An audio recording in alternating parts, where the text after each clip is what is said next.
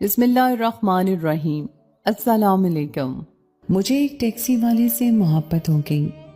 میں روزانہ اس کے ساتھ باہر گھومنے چلی جاتی، لیکن وہ میری طرف آنکھ اٹھا کر بھی نہ دیکھتا اور نہ ہی پیسے لیتا تھا۔ ایک دن مجھے کہنے لگا، میڈم آج آپ کو ایسی جگہ لے کر جاؤں گا کہ آپ یاد رکھو گی۔